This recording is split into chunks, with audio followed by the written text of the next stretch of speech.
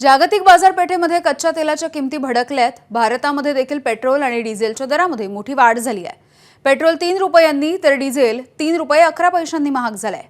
मुंबईमध्ये पेट्रोलचे नवे दर हे 106 रुपये 50 पैसे तर 106 रुपये 54 पैसे प्रति लिटर असणार आहेत। डिझेलचे नवीन दर मुंबईमध्ये 93 रुपयांच्या घरात गेलेत। पुण्यामध्ये पेट्रोलचे नवे दर 106 रुपये 82 पैसे तर डिझेलचा दर आपण बघितला तर 93 रुपये 46 पैसे प्रति लिटर इतका आहे।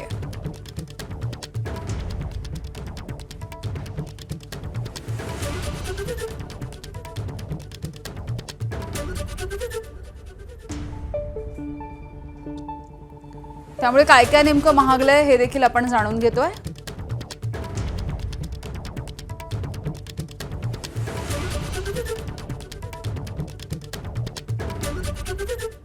दरम्यान या सगळ्याच्या संदर्भात आता मुख्यमंत्री देवेंद्र फडणवीस यांनी काय प्रतिक्रिया दिली आपण बघूया।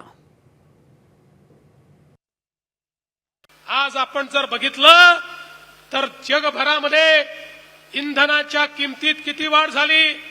अमेरिकेमध्ये 51% वाढ आहे, ब्रिटनमध्ये 22% वाढ आहे, फ्रान्समध्ये 25% वाढ आहे, जपानमध्ये 35% वाढ आहे, जर्मनीत 27% वाढ आहे, इस्रायलमध्ये 30% वाढ आहे, दक्षिण कोरियात 30% वाढ आहे, इटलीमध्ये 30% वाढ आहे, सिंगापूरमध्ये 30% वाढ आहे, पाकिस्तान सारख्या देशात 200% वाढ आहे आणि आमच्याकडे मात्र मोदीजींनी मात्र 3.5% वाढ या ठिकाणी केलेली आहे आणि ती देखील आता इतके दिवस तर ती वाढ त्यांनी होऊ दिली नाही।